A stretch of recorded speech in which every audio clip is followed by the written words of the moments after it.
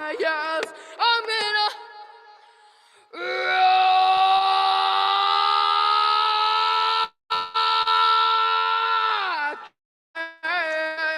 Hey, oh, hey, oh, hey. Hey, oh, we up, hey, oh, we up, we up. We up, hey, oh, we up, we are, yeah. Oh, yeah, hey, oh, hey, yeah. Hey, oh, hey, oh, hey, oh. Come on, everyone, get up in there. Don't be shy tonight.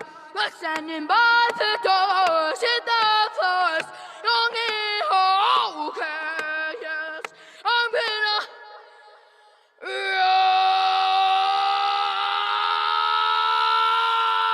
rock your way. Oh, yo, oh, hey, oh, hey, yo.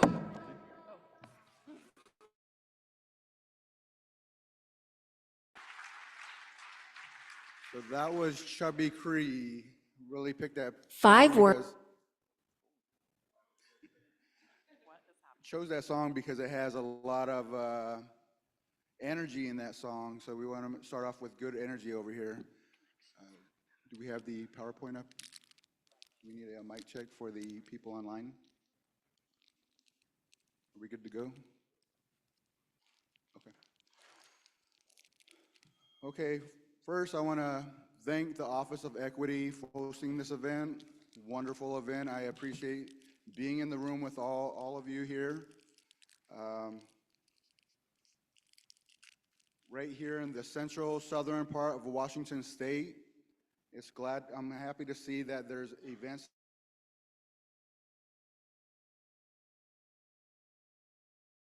we are doing around the state. For full transparency, I want to make sure that I announce that I'm going to be RRAP. That means real res, yet appropriate and professional. So,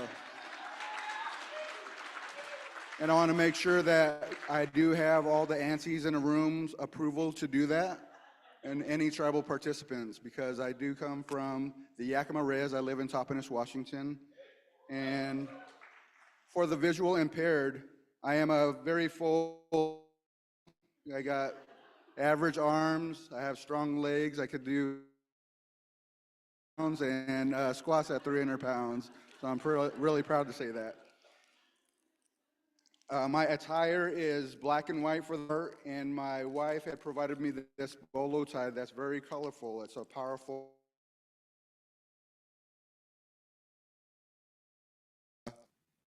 So now I will start with my story. So Inknash, Winniksha, Shenikin, Kushiapatumki, Alden, Andy, uh, um, Washnash, Yakima, Kinniku, Warm Springs, Kinniku, Alaskan Kinnick, Chiniga and Chugach. Uh, again, Sheikh Maisky, Ayayat, Teen. So good morning, beautiful people. I just introduced myself in Yakima, the Sahaptin language. A Yakima name is Shanikan. My English name is Al, because I have two names, and there was no win situation on that, because on my mother's side, it was either Henry, or my great-grandfather's side, last name was Alexander. So no matter which direction I went, it was always two first names. So to open up with our language, it seems appropriate for myself, especially in the role that I do within Washington State. And we want to make sure that we encourage the youth and also anyone that's in the room to practice your traditional openings, because we want to empower you, and how we empower others, this is how we do it. I'm going to share my part. So really quick, I mean, the way I got to where I am is a whole bunch of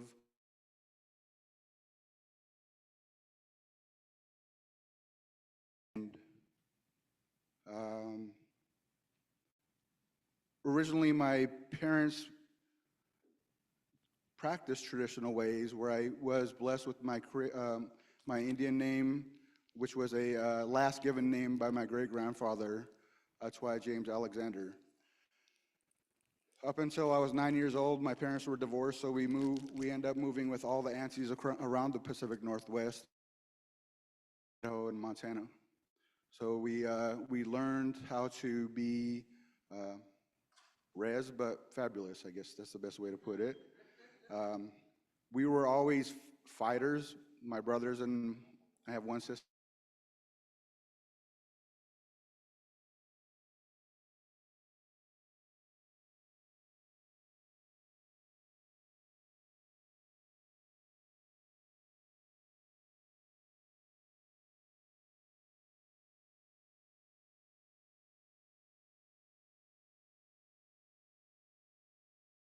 I was when I was 17 years old.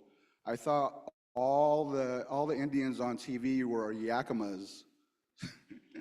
I was like, oh, that's my other cousin. That's my other relative on TV. So what blew my mind is meeting all the Navajos, all the Comanches, the Sioux when I went to this all Indian Job Corps. So that really opened my eyes. Then I moved to Michigan because I thought I was in love at that time, but I found my first profession and I worked in the gaming industry on the operations side for a number of years, and I helped open up the Soaring Eagle Casino, the casino and resort. That was an amazing opportunity to provide leadership in those circles. And how I did that was my first experience of co-creation. And what I mean by co-creation is I listened to the teams because I was in charge of scheduling all three shifts, which essentially developed into 5 shifts. So there were 2 overlapping shifts, and we created the routes of moving money all throughout the casino. Going forward, I moved back to Yakima. I worked with the Yakima Nation Forest Products. That was a eye-opening adventure too, because I thought my career was in gaming, but it switched over to the rough life.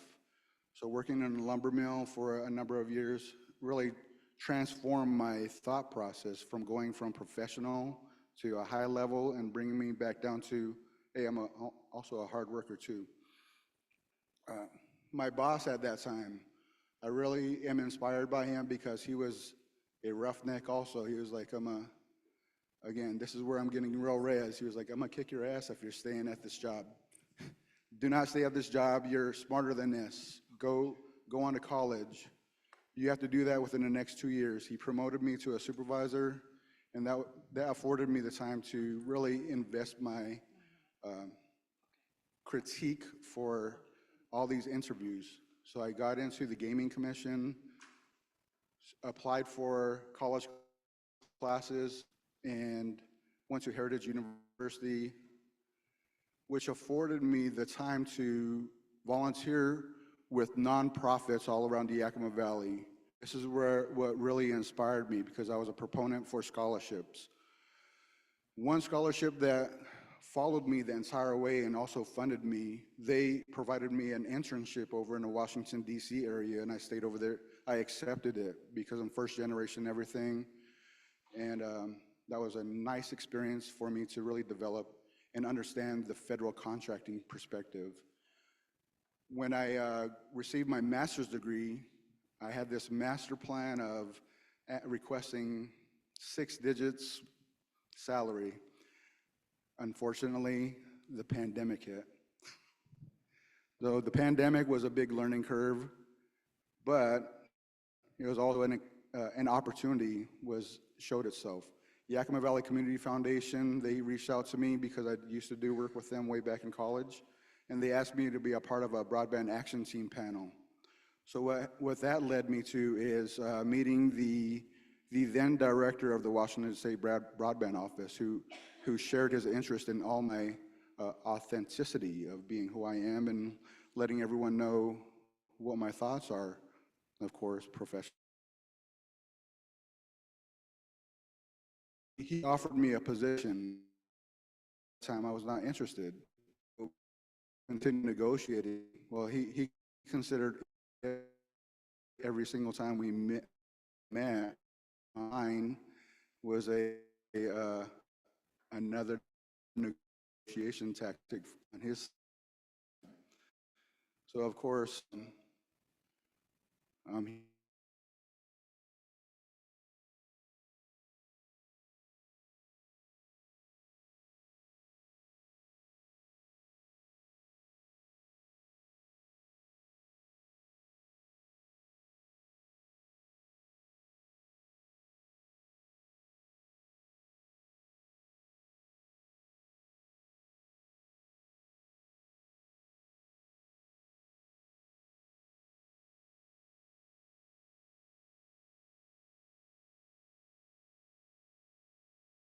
Americans, the tribes that are state employees. We want to make sure we empower you and help you personally grow.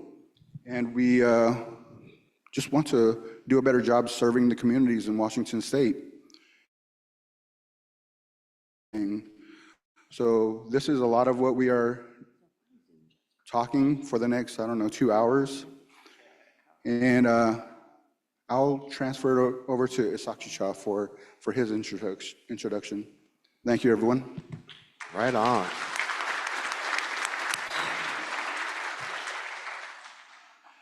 Right on. Like that makes me so scared now.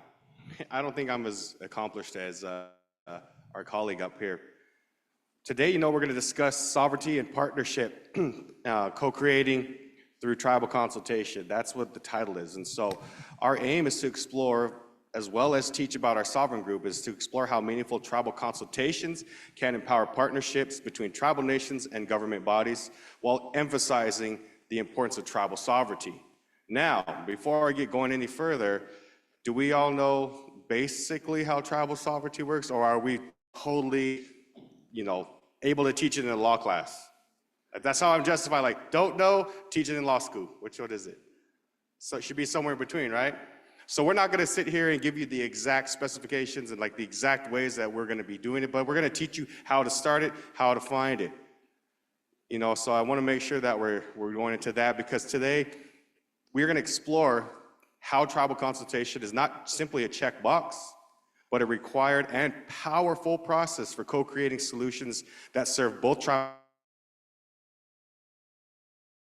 Presentation will provide some insight into how governments align their work with tribal values and sovereignty through continuous and respectful consultation. And with that,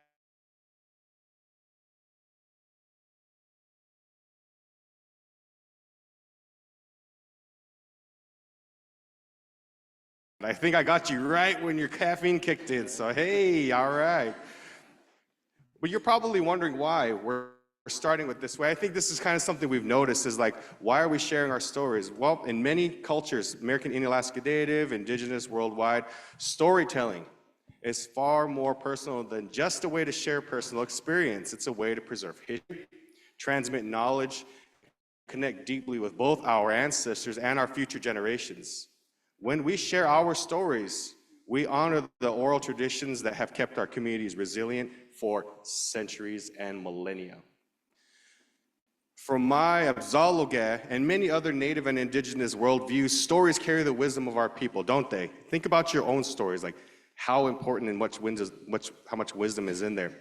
They remind us of who we are, where we come from, and the values that guide our lives. They aren't just personal. They are relational, and that's what we're doing, is relating to each other here. Stories braid together experiences of individual, of families, and now communities. By sharing my story, I not only honor my ancestors, but also contributing to the ongoing narratives of my communities. It's a way to ensure that the lessons, the challenges, and triumphs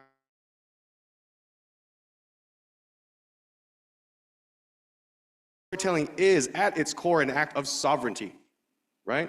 Sometimes, and so it affirms our identity, our rights, and our place in this world and to this place. It's about showing that we have been here and will always be here. So I'm going to share my story so that we can establish that community and build trust with each other, because we don't know each other yet. That's okay. But we're establishing that trust. It's also a practice that we must all learn to recognize when someone is sharing with us. That recognition, followed by active listening, will show tribal leaders and community that you understand cultural protocols and community traditions.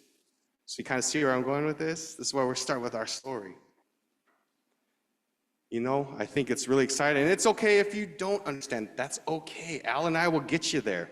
And we may not be linear learners. We don't go from A to B. We learn and then we teach in a spiral method where we go up and down and around to get to our intended destination. And while we're doing that, we hit waypoints along the way, don't we? That's why we were trying to explain to you how we got here and why we're going to do this and how important consultation is not just an option, it is an obligation. Yeah? So how did I get here today in front of all of you amazing people here and online? Well, that's a good question. Let me give you the quick version. So Babush Isakshche Itaruish. My name is Isakshche. That's my preferred name. My tax name is Ross Brain. I'm a citizen of the Abzalogan Nation from Southeast Montana. So as an uninvited guest here in Northwest Territories, it's always been fun to introduce myself. You know, there's a lot of history to being Abzalogan. There's a lot of history to also being Crow, right? There are ways, that traditional way of being, but also that political way of existing.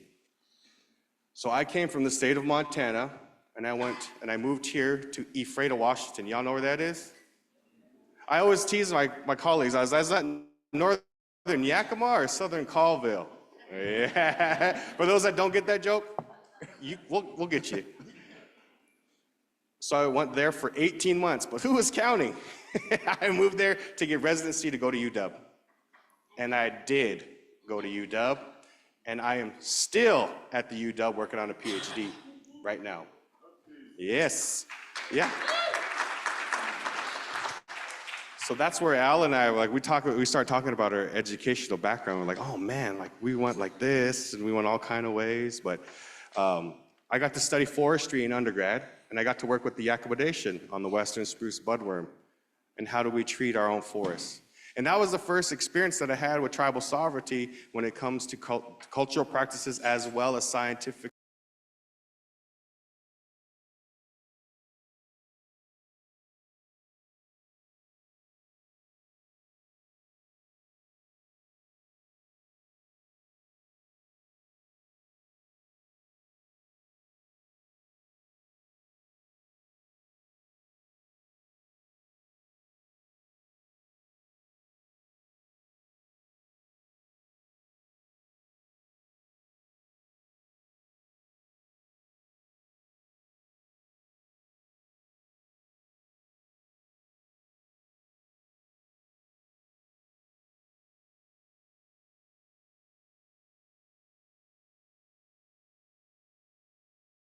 Under equity.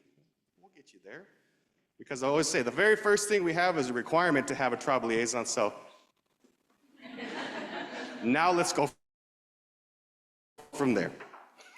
We understand tribal sovereignty and being minoritized peoples aren't synonymous, but they kind of closely are, right? So what I remind folks is Office of Equity and the work that we do, including state employees, all of us that are state employees, are tribal sovereign adjacent, right?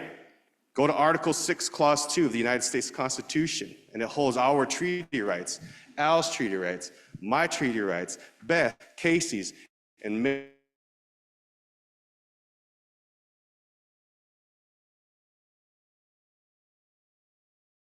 many of other folks in this state's Constitution holds.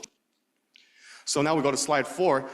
And now that we've shared our personal stories and laid that foundation for understanding each other's values and perspective, but storytelling doesn't stop with our individual experiences. It's how it helps us realize where our paths intersect.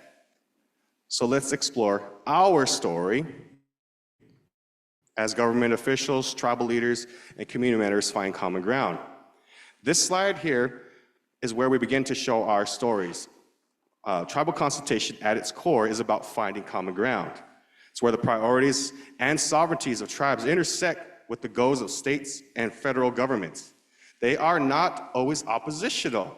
Sometimes we agree, right? And so it's also not as easy or straightforward as process as it should be, but it is very necessary. When we talk about our story, we're talking about the shared responsibilities. Now I'm saying our story, us in the room, those of us online, we are now in community. When we're talking about our story, we're talking about the shared responsibilities that we have to honor tribal sovereignty while achieving mutual goals. For this to happen, both sides, all sides really, need to acknowledge that we've walked separately, and more importantly, like, where do we overlap now? I use the term braiding. Braiding, you know, you read that book, Braiding Sweetgrass. Like, it's such a powerful visual way of expressing this. Like, a lot of my work because it is so compelling, right? You can take 3 or more individual ideas and interweave them together. These ideas keep their individual and identifiable properties, and the whole, strengthen the whole simultaneously. That is powerful and it's beautiful, right? You can think about that term braiding as those of us who have long hair and growing up in long hair and braiding it and how much you have to fight. And people always ask you, why don't you cut your hair, hippie? And I was like, damn, didn't your founding fathers have long hair and wear wigs? I love to fight. That's my thing. Like, oh, we're Crow. Like, that's what we do. I also have more, like, when people say, do you still wear moccasins? I'm like, do you still wear buckle shoes? You know, it's just the way it goes. I know, yeah. Consultation isn't a one-time event. It's an ongoing dialogue. It's about understanding that we come to the table with different worldviews, and that's okay, but we are united by our common purpose. What is best for the tribes, the community, the state, everybody, right? We do have that common purpose, and by recognizing our shared journey, we can co-create, as Al said, co-create meaningful and lasting solutions. As we look forward, let's first establish a clear understanding of what makes tribal consultation meaningful. To do that, we need to talk about the importance of sovereignty in tribal communities, and I say tribal communities because not all of us are on reservations, right? Not all of us are on our home territory. Not all of us are enrolled. Some of us are descended. A whole lot that we get to work with here. So let's talk about that importance and how the partnership can shape the outcome of our work. And later, many Americans. So when here on slide 5, we're talking about the importance of tribal sovereignty. Yeah, see right there? No, man, a hot dog is not a sandwich. So here we look at this first bullet point. For those online, this is a picture of Brian Newland, the Assistant Secretary of Indian Affairs, with some tribal leaders, including those the National Congress of American Indians, standing behind Joe Biden as he signs a declaration of some sort. I can't remember exactly which one. But this importance of tribal sovereignty, it's the foundation upon which every discussion and consultation must rest. Without an understanding of sovereignty, there can be no true partnership. Sovereignty isn't just a concept. It's not a buzzword. It's like, yeah, we put food sovereignty. My own research, my PhD is in tribal data sovereignty. Well, what does that mean? Well, first you gotta know what that term sovereignty is, right? That is the inherent right. The other stuff, we're trying to stick it to it, right? We're trying to show that it is that valuable. It's not a concept. It is an inherent right for tribes to govern themselves, protect their lands, and maintain cultural identities. This is why it is so vital that government entities at all levels recognize and honor tribal sovereignty in their policies and actions. How does that work? So we look at the partnerships between tribes and government. Effective consultation depends on more than just recognition. Should we talk about land acknowledgements for a moment? No. Al, do you guys do land acknowledgements? For the Office of Tribal Relations, we do not recommend land acknowledgements because we respect the lands of whoever's tribe hosts the event. So we make sure we're clear and precise talking to our offices at Washington State Department of Commerce to make sure that you respect the people where the events take place. So us doing land acknowledgements as an office, that is pretty much disrespectful to the tribes because, and then what, right? And then what? Like what? We acknowledge the land, and then what?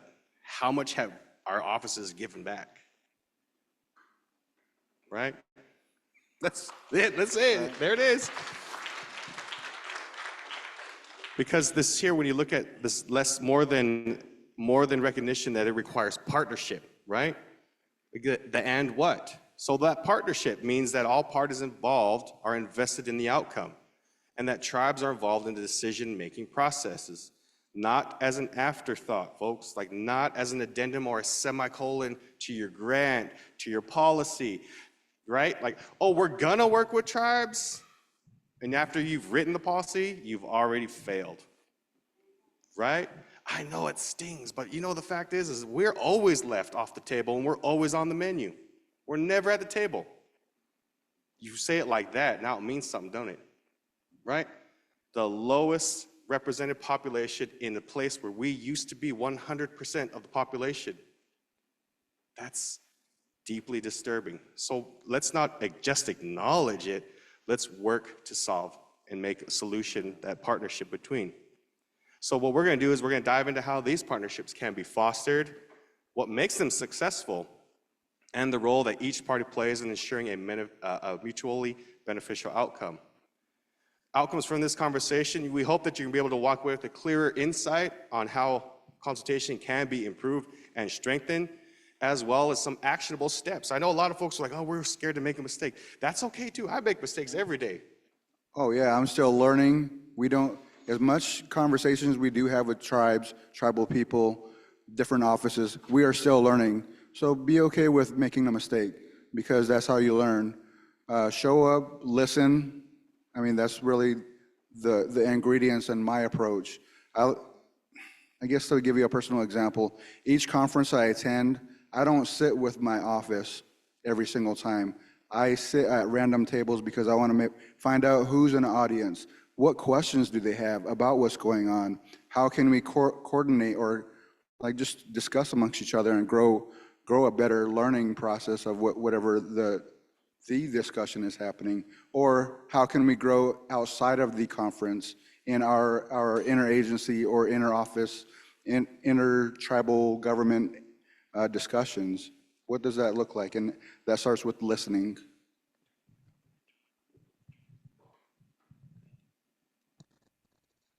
All right, so now that we have those kind of guidelines and those goalposts signed up, figured out for us, what do we have any questions before we get started? So that's one thing I've learned is when we put these presentations, we have, these ideas we've learned, we've seen and heard in community, we've said ourselves, but there's some things I know that you want to hear. So is there anything that's just bursting right now, like I need to know how to do with, not yet? That's okay. Please. Office, and I am curious, oh, thank you. Denise Jones with WashDOT. Every tribe has a different tarot office, and I'm curious about the best way, or some tips and tricks on best ways to work with tarot offices and making sure that there's proper representation in the workforce on projects and with subcontractors. One of the major things that we have is, do you have a relationship with each and every one of those tarot offices, right? Like that's the first step, is do you have that space already established? Or are we coming to the point where like, here's my story, what's your story? And that's okay too. But that's like the first thing we always say in our step-by-step policy and guidelines is say, first thing is show up. It's very clear, right? Like we've heard that through every single event we've been in today and this week. It's like, let's show up. Go to things that aren't required of work time, like go to a celebration, go to a community event. Like that's how we start. I can't tell you exactly what specific steps, but that step is the first, right? Is show up, be present, and continue to show up. So that's the first thing, but we can talk after for sure. We definitely got some ideas when it comes to tarot, yeah. Thank you so much. And tarot means? The Tribal Employment Rights Ordinance. It's very important for all of us as state agencies to be respectful of tribal employment. Reminder that we should have put together some acronyms. Thank you. We'll make sure we do that. Good. So see, that's a good way for us to kind of get going. Now we have some ideas of where we're going to go. Alice?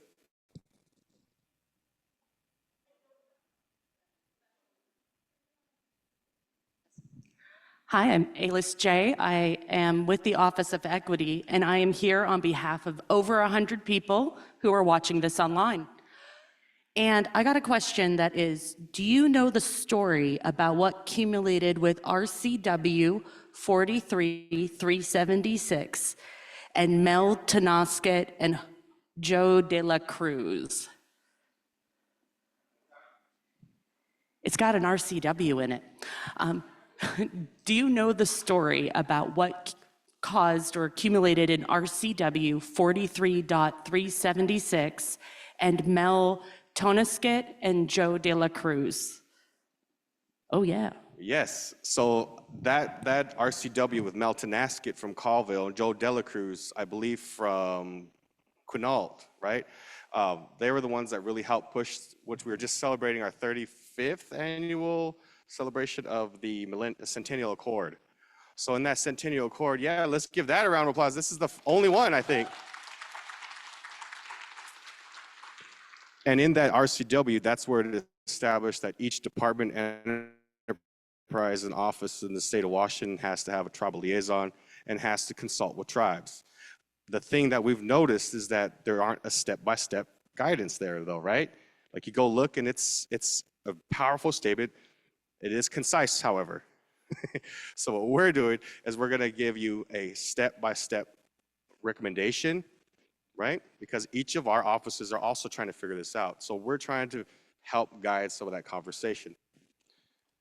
So let's go on to our 6th slide. I know there's more questions we'll get to you, but we're gonna make sure we're gonna go because I know a lot of us are wondering, well, what is tribal sovereignty?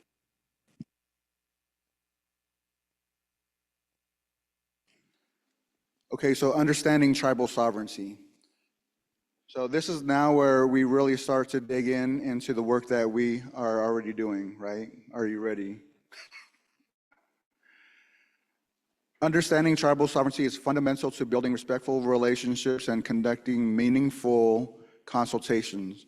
Sovereignty is the inherent right of tribes to govern themselves. Without this recognition, consultation cannot be effective. Let's explore this further. So building trust and long-term relationships. Trust is the foundation of any successful consultation process. It is important to understand that historically, trust between tribal nations and the government has been eroded due to broken treaties and policies. And under tribal sovereignty, building trust takes time. It is establishing long-term relationships with tribal leaders and communities beyond the moments of consultation shows a commitment of ongoing collaborations for these relationships to allow for open dialogue. Respect and a deeper understanding of tribal values and governance structures. This is not just about one meeting, it's about creating an enduring relationship built on mutual respect and shared goals. Ooh, I think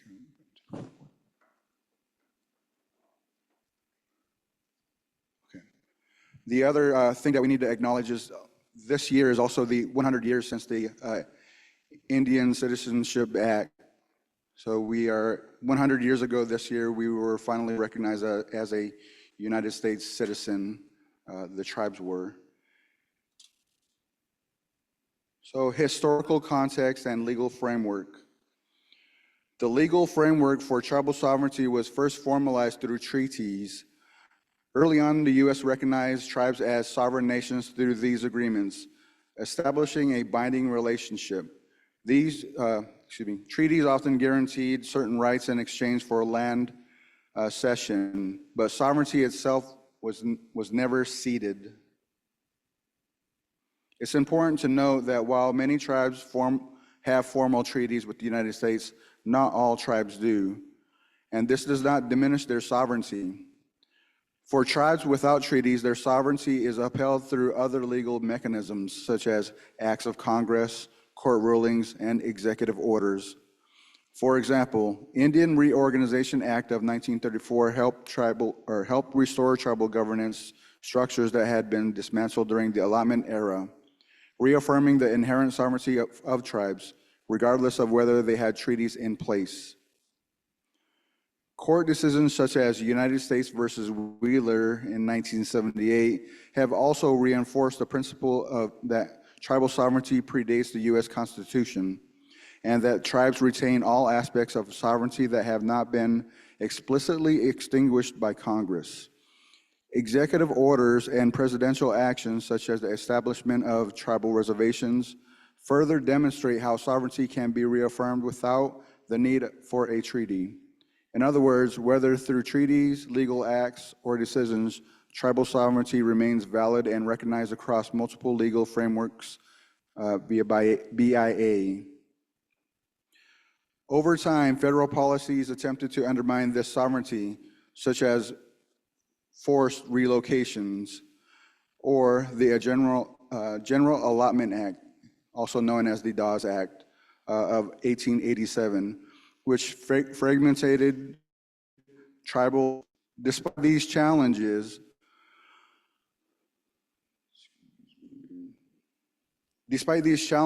tribal nations persist in exercising their sovereignty.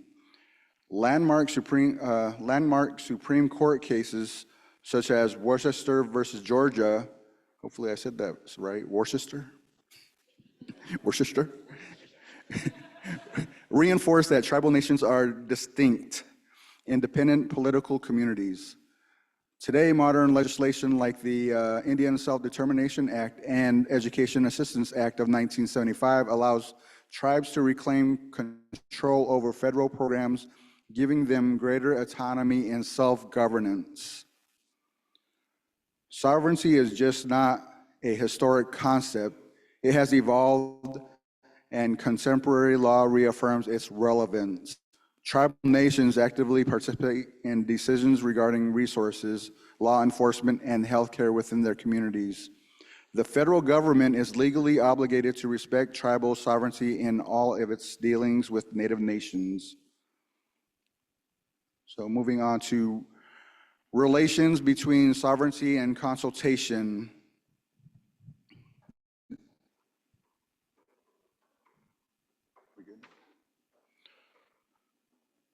So consultation is directly linked to sovereignty without recognizing the sovereignty status of tribes. Consultation efforts become hollow. Consultation is a legal requirement, and as stated by executive orders and federal regulations, tribal governments must be involved in decisions that impact them, particularly when it comes to land, water, and cultural resources. For consultation to be meaningful, the sovereignty of tribes must be fully acknowledged. This means that consultation is not just engagement, it's a government-to-government interaction where the autonomy and decision-making power of tribes must be upheld. A clear example of the role of sovereignty is consultation can be seen with natural resource management, particularly with the Columbia River Intertribal Fish Commission, also known as CRIPFIC, where tribal nations work directly with the management of fisheries. This isn't a courtesy extended by the government, it's a legal recognition of their rights over the resources as sovereigns. Ultimately, tribal sovereignty is more than just a legal doctrine. It's the lived reality of tribes asserting their rights, maintaining their cultures, and managing lands. As we move forward, remember that true consultation must respect and reinforce these sovereign rights at every step of the process. So in general, sovereignty really comes back to the tribes, and we got to make sure that we understand it from the tribal perspective too. A lot of this stuff that I've read, it is what we have learned in our academia. But when we talk with tribes, we got to make sure, again, I'm just going to reaffirm, listen to what the perspective of, because all of us read everything and interpret everything different. So listen to the tribe, and that's where we meet common ground.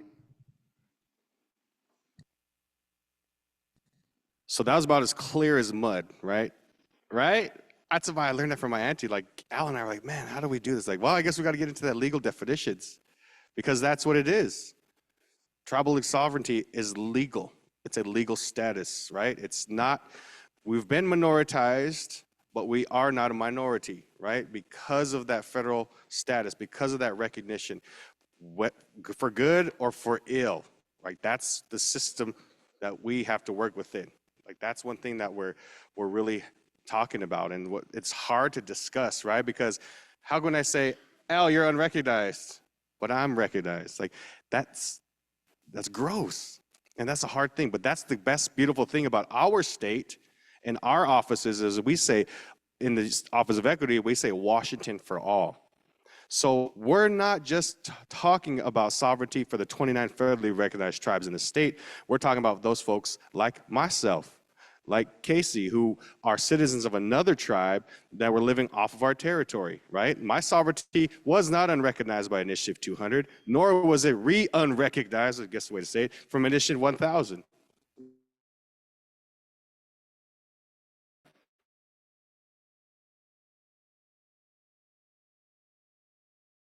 That law passed. My treaty, how many years older than the Treaty of the Yakima, 1855, right? That's how old that is. When was the state of Washington recognized? Do you all know? Ooh, tell your bosses. And bosses, I'm telling your bosses.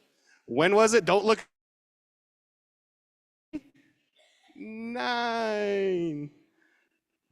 I'm not a historian, but that one, like, hey, wait a minute.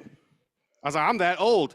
Wait a second, like the state was founded after we had already been reaffirmed in our sovereignty. Isn't that something? Oh, that's what we're talking about.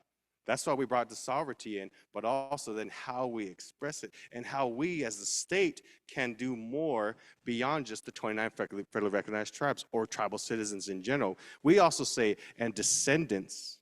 We also say unrecognized tribes. Yeah, we can have an argument about that. That's one thing I love to do. Let's discuss that. But we mean Washington for all, right? We will follow tribal consultation as per law, rules, and regulations in Executive Order 014555. We're going to stick to those. That's from the White House, right? As well as support those who may not be recognized and identify as. I know it's a slippery, sticky place, but you know what? That's why we're here. That's why we get paid the medium bucks, so that we can have those arguments and those fights and break the tide and then come to you and be like, y'all got to fix it, right? But what is tribal consultation? Or excuse me, the importance of tribal consultation. Again, it's that essential aspect of the government to government relationship. So now that we talked about sovereignty at length, we know. What is tribal consultation? How many of you in this room, don't be shy, don't be scared, how many of you have done a tribal consultation in your office? Okay. Oh, we got some work to do. How many of you then are planning to have a tribal consultation? I hope all hands go up. Yep. How many of you, now that we're working on this, may want to discuss having a consultation after our conversation today? It's okay. Let it marinate. Because the fact is that's so important. And what is tribal consultation? Well, it refers to that process of having a government-to-government meeting. But importantly, again, it's not just what does the tribe want? What does the state want? It's also about sharing information, right? What do you know? What do we know? Where can we share? Do we trust each other enough to share, right? I'm thinking energy. Like how many relationships do you have with the Yakima or for those that are affected by Hanford? It better be all of them because it affects all of us. And so if you don't, I'm not getting after you, I'm recommending very highly that we start, right? Those are some things that we're working on. It's not just sharing, it's about listening and respecting the authority that tribes have to govern their own affairs. I know it's hard to understand sometimes, but in a successful consultation, tribes are not merely stakeholders. What we've been saying is we are rights holders, right? Think about that. I heard it one time, I don't even know who. Rights holders, whoa, right?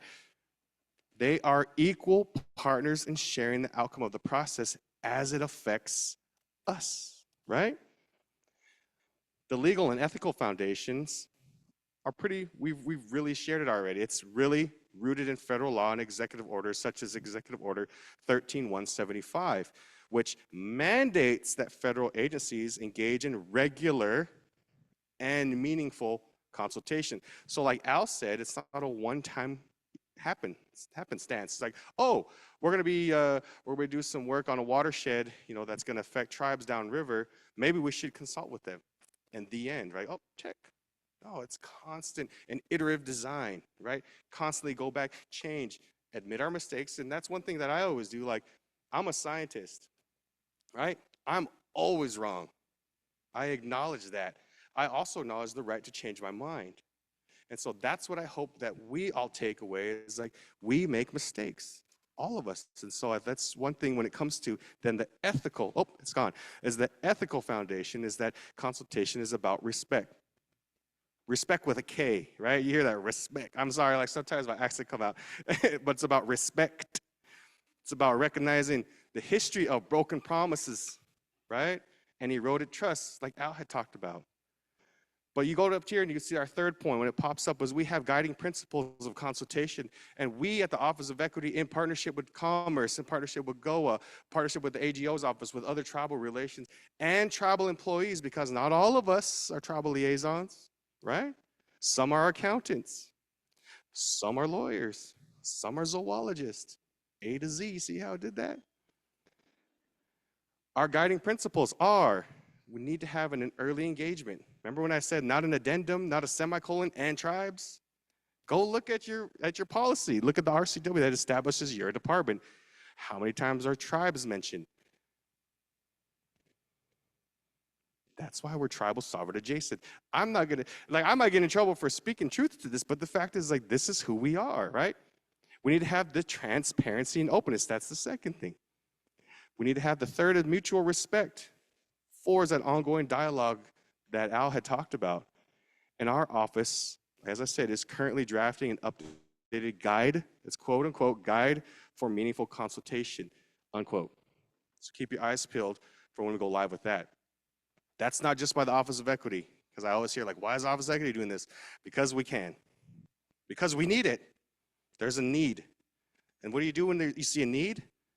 And there's a dam and there's a breach? Stick your finger in it. And that's what we're doing. It's a key process for assuring the rights and sovereignty of tribes are upheld. But let me see, let's go to that next one here.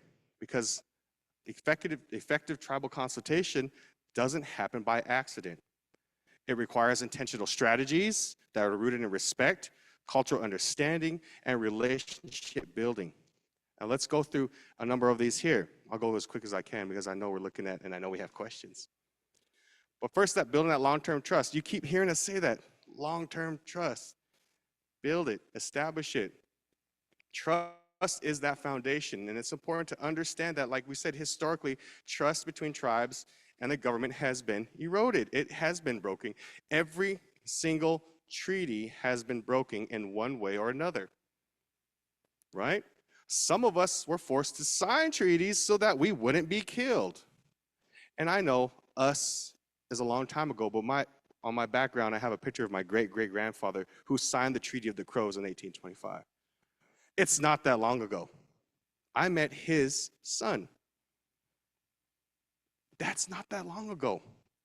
There's some folks in our world whose grandparents were in the business of killing Indians. Do you hear that? When I said my name, I never said my last name. I got my last name because my great-great-grandfather was in the Wild West show. That's not that long ago. He met a guy named Brain. He's like, oh, that's my last name. Scotty Brain. You see how that works? The only reason he joined that Wild West show is so he could practice his way of being.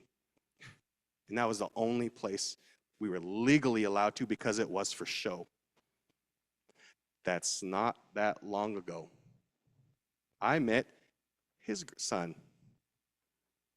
So that's what we're talking about, that long-term trust, because we have a long-term memory, don't we? Right? We have some culturally relevant strategies for you all, like meaningful consultation has those cultural protocols. You know, you need to know, like as you said, is like each tribe has their own. That's true. Language, not just way of doing it, but they have their own language, own ways of being, own ways of teaching, knowing, existing, and their relationship to the territory to which we have been displaced, because otherwise we would still be overlapping territories, not put on these nice little cutouts of reservations. And that's the other reason why I choose not to do tribal land acknowledgements anymore, land acknowledgements, because the government made it really easy and cut us into little cookie cutter shapes where we all butt up against each other and fight each other over that foot, that extra mile of territory, right? And so what we say is, like, I like to say is, I acknowledge the fact that Al has taught me so much, and I'm glad that I'm here in his territory, and I'm so glad that I was to be a part of the Yakama Nation, right? But we want to make sure that ensuring that consultation is not just that checkbox, folks, right? Like, we know what that looks like, and sometimes it does feel like, oh yeah, we succeeded. So yes, and is what we'll say, right? We're not gonna say don't do it, we're saying yes, and then make sure that it is not just a procedural formality, but something to check off the list, but meaningful, right? It must be approached as a co-creative process where tribes have a true seat at the table and their input has a real effect on the decision made. Finally, I'm going to skip forward a little bit and go to the role of tribal liaisons. Tribal liaisons, we play a critical role in fostering these relationships and ensuring that consultation is meaningful. We serve as a bridge between tribal nations and government agencies, helping to navigate the complexity of cultural and political landscapes, and we are exhausted. Right? We live in 3 worlds, not just the 2, not just the English-speaking one, but also in the pan-native world, and then also in our specific tribal communities. So the way I speak with Al is good, like this, you know, and I speak with you is this, and I speak at home, it's in my language. Some would say code switching, I would say existing, right? So that's what we as tribal liaisons, that's what we're negotiating. We may not say it, but that's what it is. Like, how hard is it for us to go to our tribes with bad news? It's not just bad news from the state. It's, oh great, here comes Al again with some bad news, right? Then our relationship in our own community is just that much more frayed. When this job is done, because it is a job, all of us have to go back to the community that we're from. And is the state doing the work that we can go back with pride when we're done? That's how we should look at this, right? Is what you're doing prideful? Is what you're doing gonna make your ancestors down the road like, oh man, my dad was a doctor. And, you know, and he got the state to do all of these training things. It may not mean something to them, but to us, like, we know that's good work, right? That's how we look at it. That's how Al and I and Casey and Beth and a lot of us that are in this room approach this work, right? Can you go back to Coeur d'Alene knowing what we've done here? Can you go back to Pine Ridge? Can you go back to wherever from Yaqui? Where do we go back to, and is it good? So that's why the role of tribal liaisons is critical, but also understand that we are navigating a lot of spaces, right? I know you feel that too when you go between your communities and a state agency or a federal agency. Liaisons, we don't only facilitate dialogue, but we ensure that the government is informed. We are informing folks like how tribal protocols, traditions, and decision-making processes work. We are instrumental in ensuring that the consultation policy is respectful, culturally appropriate, and leads to outcomes that reflect needs and priorities of tribes. These promising practices, because I don't know best practices, because tomorrow it might be the worst practice, right? So the promising practice provide a pathway towards effective and meaningful consultation, which is built on trust. Cultural engagement is prioritized, and the process is treated as a co-creative effort. Tribal consultation can and is a powerful tool for fostering lasting partnerships and honoring tribal sovereignty. Do you see? So this is a job, but it's also not a job. And I know that's a lot of us feel that way. But what do we mean by co-creation? Before we move on to co-creation, I really want to emphasize, so tribal liaisons, we walk in a crazy balanced life because we get pushback from our coworkers at the state. We get pushback from the other state agencies. We get pushback definitely from the tribes. So we tread lightly, and that's why it's very important for us to really understand the definitions on both sides. So to give you a good example, when I got hired, my boss asked me, what does it look like walking two pathways for you? Your state side and your traditional or personal life. How can you balance that? Because remember, the things that we are doing as tribal liaisons, doing anything with the Office of Tribal Relations, we are sacrificing our families' spare time for the greater good. Because everything that we do, even as state agency workers, we, in general, we do more than just 8 a.m. to 5 p.m. I mean, don't tell your bosses that, but we do. But fast forwarding to co-creation. What is co-creation? Co-creation is a collaborative process where all parties work together from the start to finish to create something meaningful in the context of tribal partnerships. Co-creation moves beyond traditional consultation by ensuring that both the tribe and government agencies are active participants in shaping the outcome. Co-creation emphasizes shared ownership of the process and results. It's not about one side presenting a solution for approval. Instead, both sides contribute their perspective, knowledge, and ideas to design solutions together. This is particularly important when working with tribal nations because it respects their sovereignty and ensures that their cultural values and priorities are reflected in the final outcome. Examples of successful partnerships. Some of the most successful examples of co-creation involve long-term partnerships where both tribes and government entities have the stake in the process. A great example is the co-management of natural resources such as fisheries, where tribes and federal state agencies work together to sustainably manage resources. These partnerships succeed because they integrate traditional ecological knowledge with scientific expertise.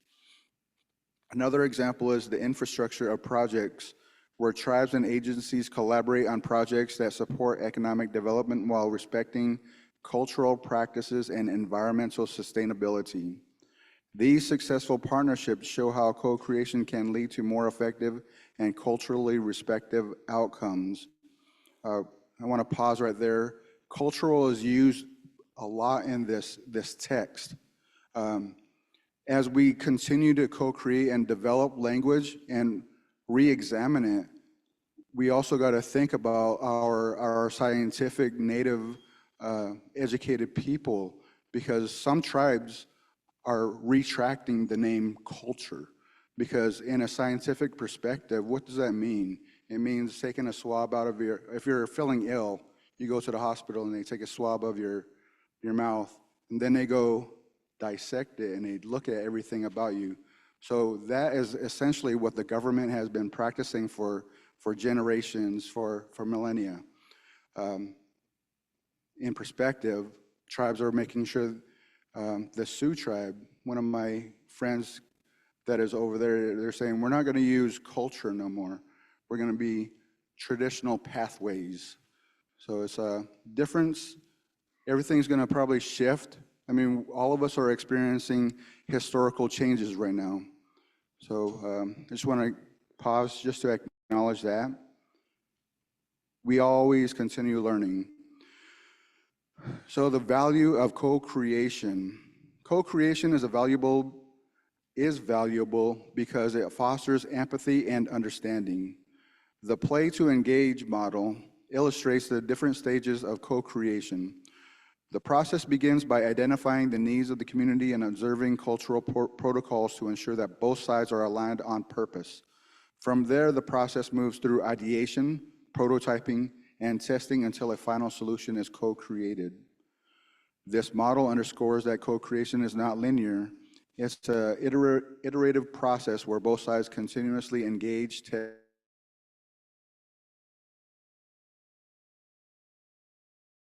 reflects the needs and priorities of both tribes and the government agency.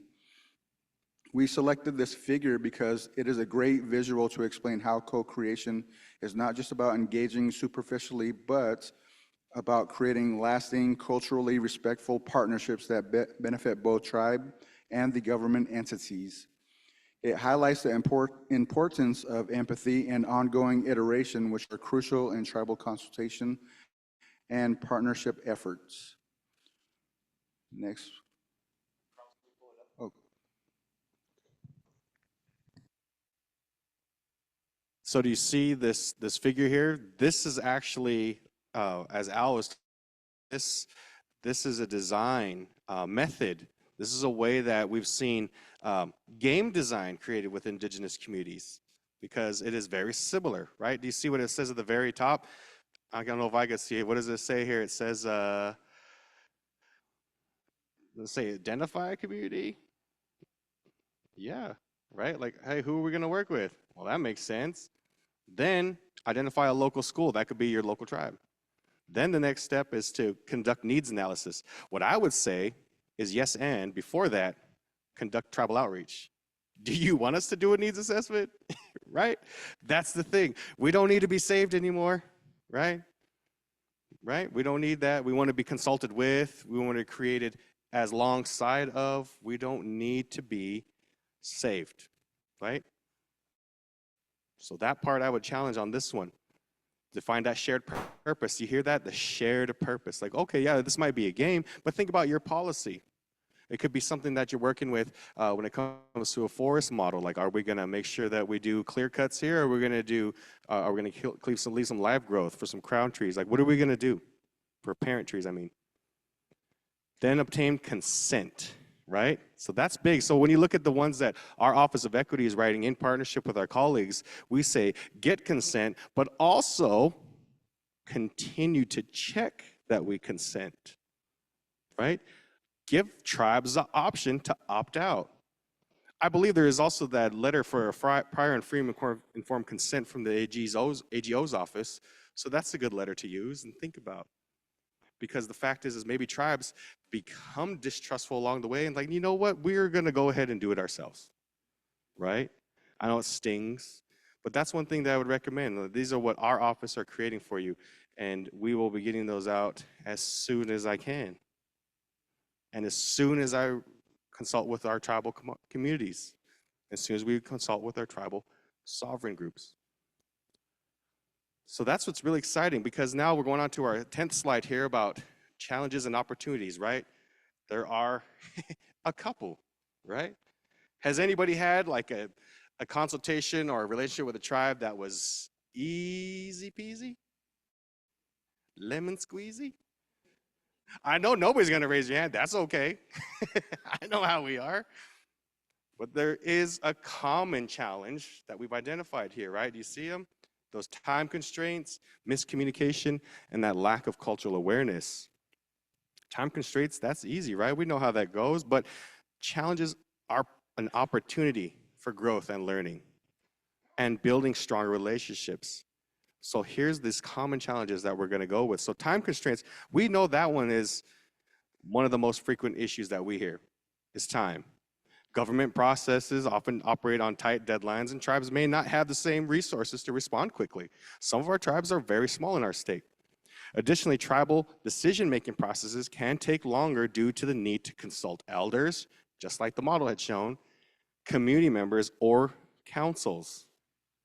The difference in timing can create frustration if not properly managed, right? It is your fault you didn't reach out to tribes sooner. Yeah, we can clap for that. I don't know what to tell you. We've been here since time was measurable. We've been here. You can call us, right? That's one thing. If we're going to add tribes onto the policy, then again, we're already too late. So that time constraint is not just for organizations, it also includes for tribes. There's a lot of miscommunication sometimes. That's another issue. That can arise from misunderstanding about goals, processes, expectations, and expectations of consultation. It can also stem from different communication styles, right? We've had that. It also comes from assumptions about how decisions will be made. Oh, I sent an email to the chair. They've been informed. No, they've been contacted, right? How fast does Governor Inslee respond to personal email to you? How fast does President Biden respond to a personal email from you? They are the same. They are running an entire government, right?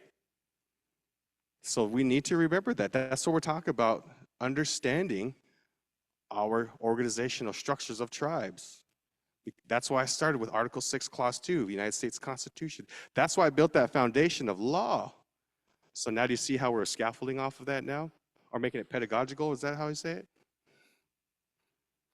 Then there's that lack of cultural awareness. Many times those conducting consultations may not fully understand or appreciate the cultural protocol and governance structures of the tribes that we are working with. That can lead to actions or comments that unintentionally cause offense or disrupt the consultation process. That's where I learn a lot. Like I try to keep things light sometimes, and like, that's not time for them. Like, oh, my bad. Teach me, you know? But some of the strategies that we have for overcoming these challenges here, respect for tribal timelines. Now that we've given you that background, respect for tribal timelines is one of our strategies for overcoming. Clear and transparent communication, like sending an email is not enough. What I've learned is sending a fax still works.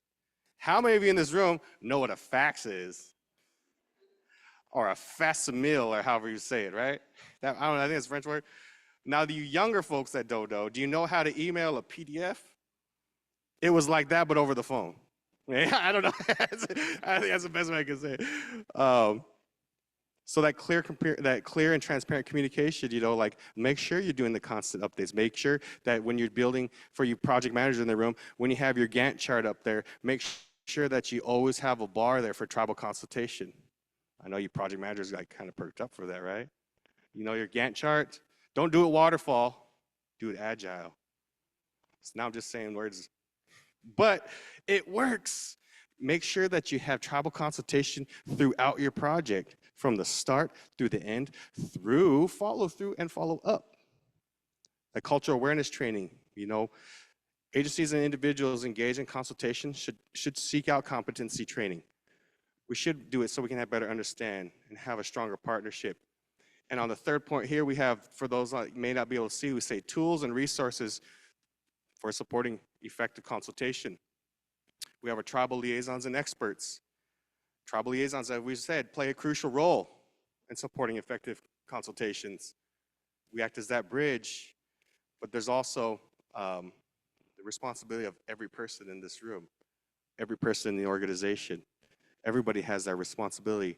And the second point that we highlight here is consulting protocols and guidelines. Again, many federal agencies, for those who are going to use this later, I put up the Bureau of Reclamation's guidelines.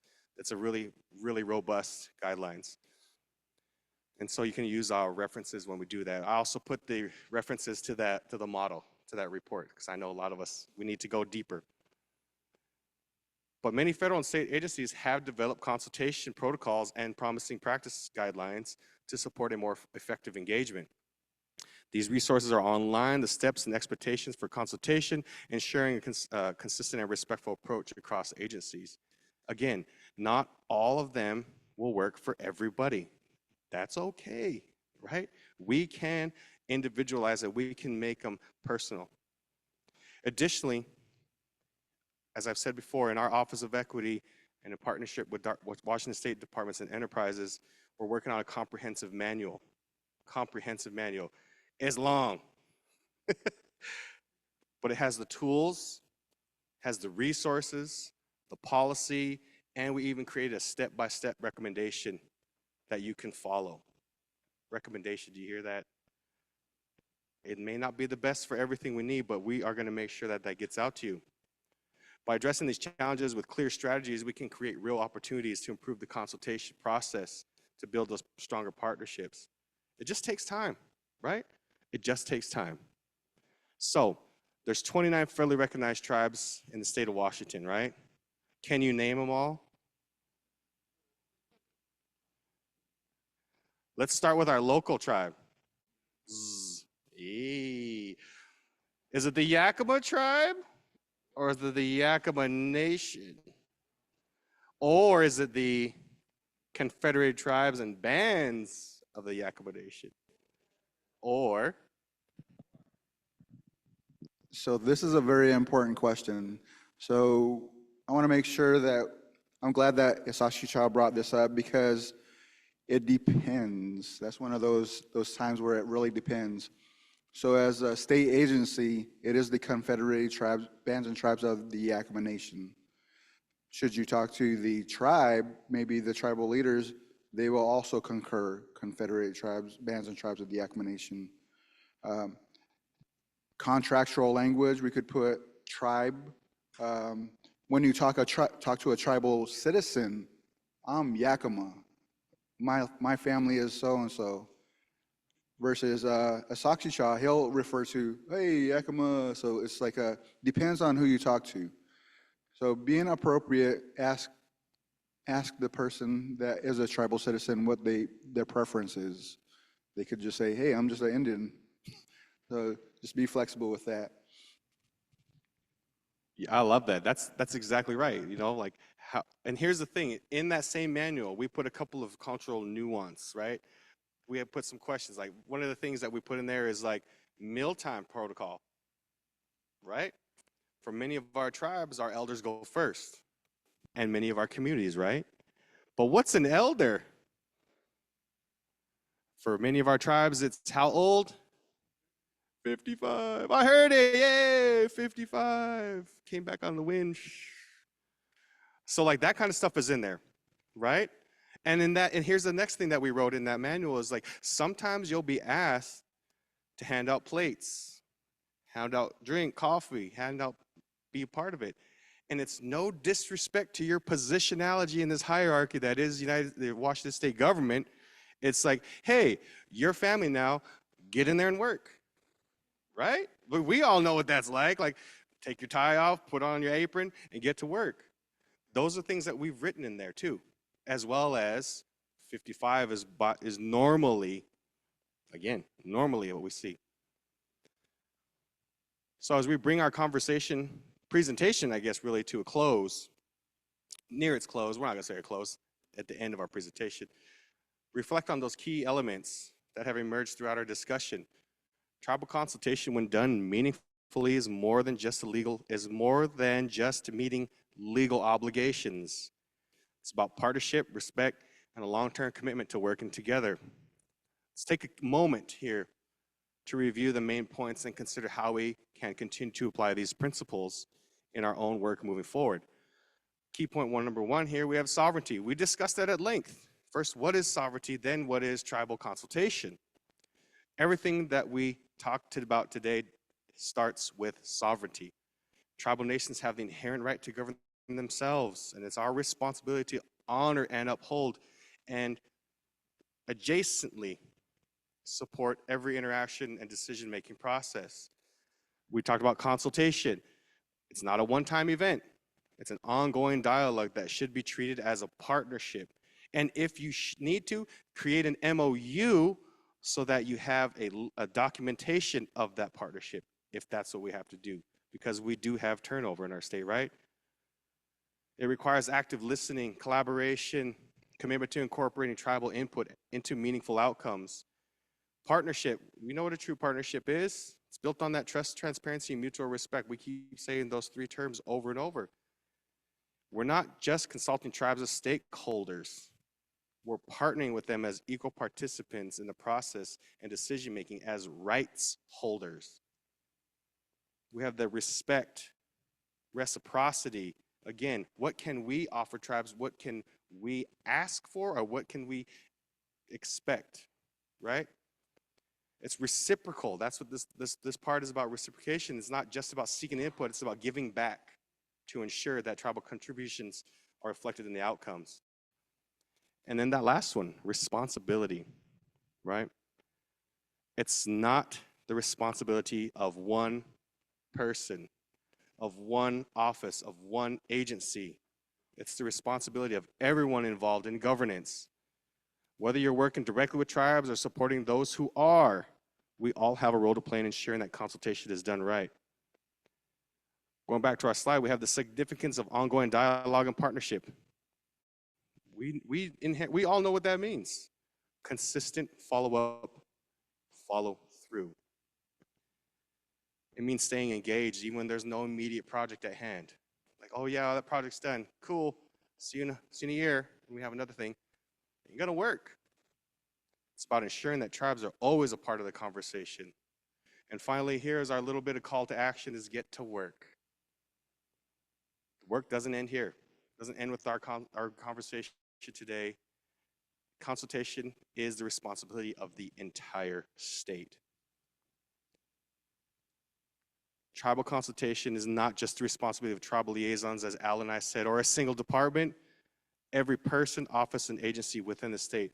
Because there's a tendency to see consultation as something that gets handed off to a designated team or individual, but real meaningful consultation requires a collective effort.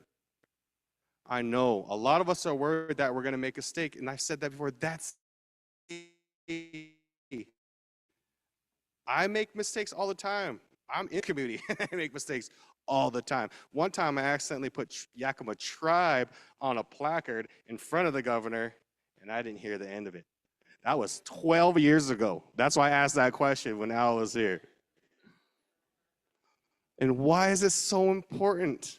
Well, because every decision made by a state can impact a tribal nation. Whether it's decisions about land use, natural resources, healthcare, environment, or infrastructure, education, all of these things, they all intersect with tribal sovereignty and the well-being of Native communities. Not just about ticking the box, say that consultation occurred, it's about ensuring that tribal voices are heard, respected, and integrated into the decision-making process. We need to build our consultation into the culture of governance, right? What we're talking about is a cultural shift within the state government, a shift that recognizes tribal consultation at the start. It means going beyond just complying with laws like the HEAL Act or fulfilling federal mandates. It's about embedding the principles of partnership and co-creation into the daily work of the state. Again, not just when it's appropriate for us as state employees. Consistently, the shared responsibility, we talk about a shared responsibility, we talk about the collective effort, long-term commitment, going beyond what our time is, and again, tribal consultation is the entire responsibility of the state. At the end of the day, this is not a task that belongs to us just singly. It's every individual, and we want to make sure that that point is buried deep in your long-term memory when you go to sleep tonight. You think, oh, long-term entire responsibility, on-time transparency. You know we're going to work on that. But that's what we wanted to leave you with, those key points and some of those ideas. So let's leave here today with the commitment to do this work together. We're going to support, we're going to let you know when you mess it up too. But we're also going to be like, you're doing great. Because a lot of times folks are even scared to start. It's okay, let's get started. And that's what our call to action is today. It's up to all of us to make sure that we're living up to that responsibility of tribal consultation. With that, we're going to go into our questions and answers. Al, you had something? So yeah, as you think of your questions, I just want to do a reiteration and like a summary of everything. So tribal liaisons and also state governments, yeah, we do owe the tribes the respect. The respect to understanding of flexibility. What does that mean? That means really connecting with the tribes as soon as possible to find out what their concerns are, what their needs are with their communities, making sure that you're open to listening to them, making sure that they have the right people at the table for your department, your office. Also ensuring that the understanding of flexibility is, it co-creates this understanding of what does the tribe call coordination, consultation, formal consultation. These are very important like points to remember, especially when you go back to your office. It's also important for you, your office, to share your knowledge with other offices that are being created. Because as we know, state agencies, we continue bringing new offices up.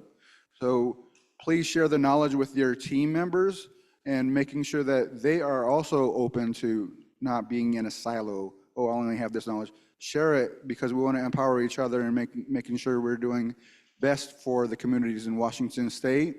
As this is one thing that I'm happy that I was able to empower with the Office of Tribal Relations is Washington State Department of Commerce is to strengthen communities. So we emphasize that in strengthening tribal communities.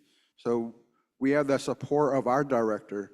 And with that support, he's also helping us echo through the Sovereign Business Resource Group. And we, again, I want to send a reminder while we have the space, if you want to participate in our Sovereign Business Resource Group, please do the QR code on the screen or from the tables. Yeah, again, are there any questions? I did see a hand or two. We'll do our best to give you the answer. It might be right today and wrong tomorrow, but tomorrow will be right that it was wrong yesterday, if that makes sense. Chuck Maisky, buenos dias, good morning. I'm a Mayan full-blooded from Guatemala and live in this great nation now, wonderful land, blessed to be here. I've been here since 1978. I became a U.S. Veteran. So I'm a Yakima Warrior member now, association member. So I hope we made you laugh yesterday with our Star Wars song, with our, thankful to work with my veteran brothers and sisters at the Yakima Nation, at the Warrior Building, and with great respect to the land and everybody and the culture. That's what my passion is. Because this is where my home is now, and this is where they're going to put the flag on my coffin and give it to my family member. But before that's all said and done, I got to do good work here, while I'm alive. And the Creator has given me, He's lit the road on my feet to be able to help my veteran brothers and sisters. And my question is, who do I talk to about house? And that is such a so I case manage veterans. To be able to, get them employment and be able to remove barriers, and also with the business services. But housing is such a big hurdle for me to work with. Is this something I should go to the council member? Because I know that I can get support from WDVA, hopefully the state, to be able to accomplish that. First of all, thank you for your service and thank you for everything that you do. As far as the question at hand is about housing.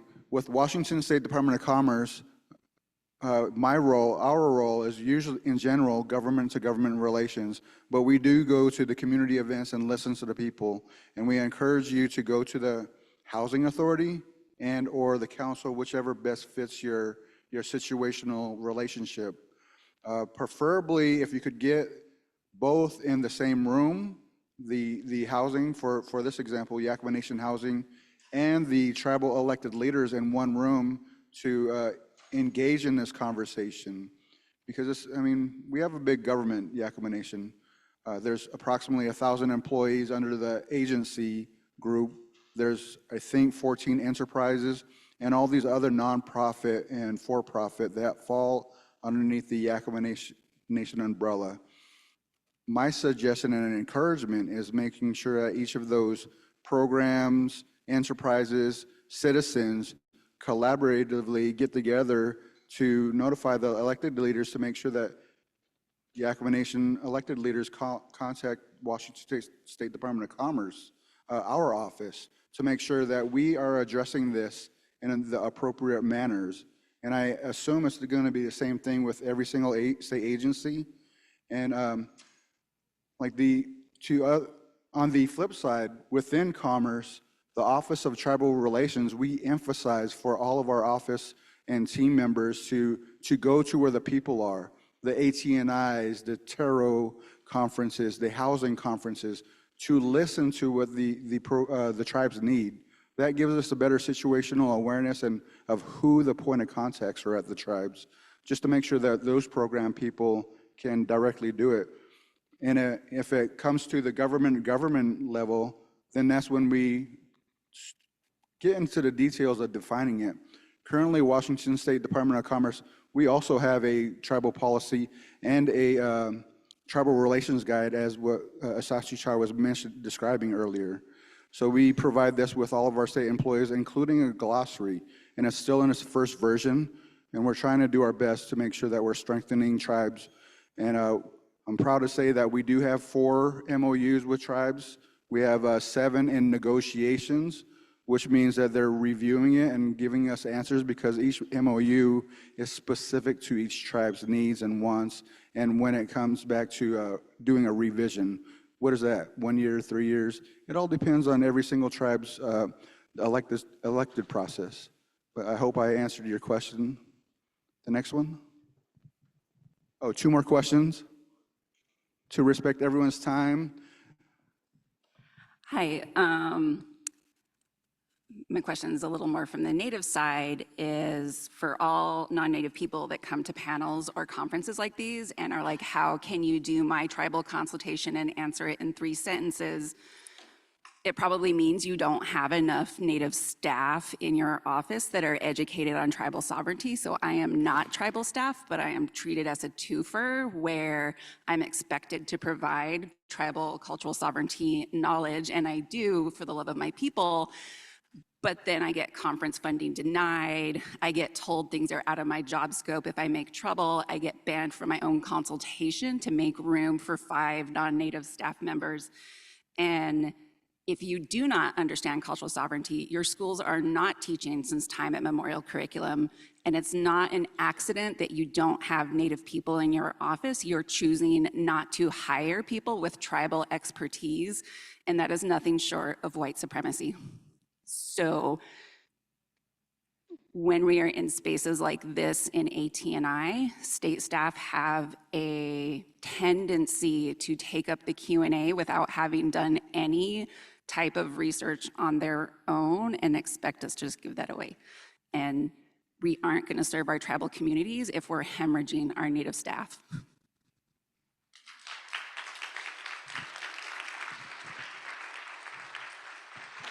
Okay, so yeah, really quick.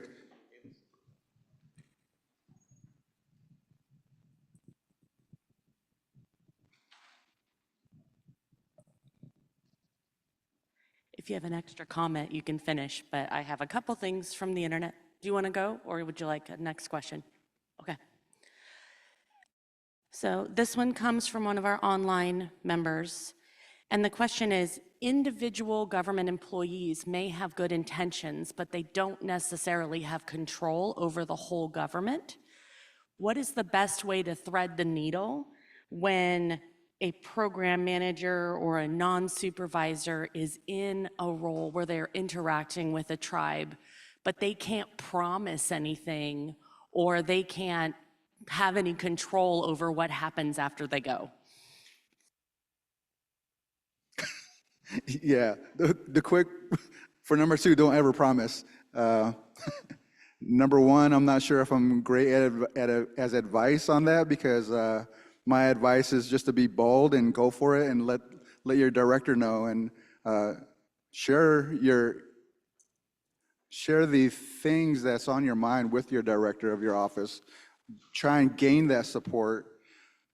Often that might be a tricky thing to do, because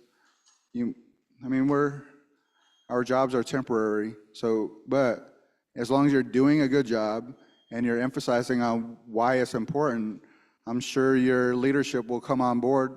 If not now, everything takes time. And if you should need to require some support, our business resource group, Sovereign, we could help talk it out. At least we could share some of those in a lateral perspective, to where we're making sure that we're helping out.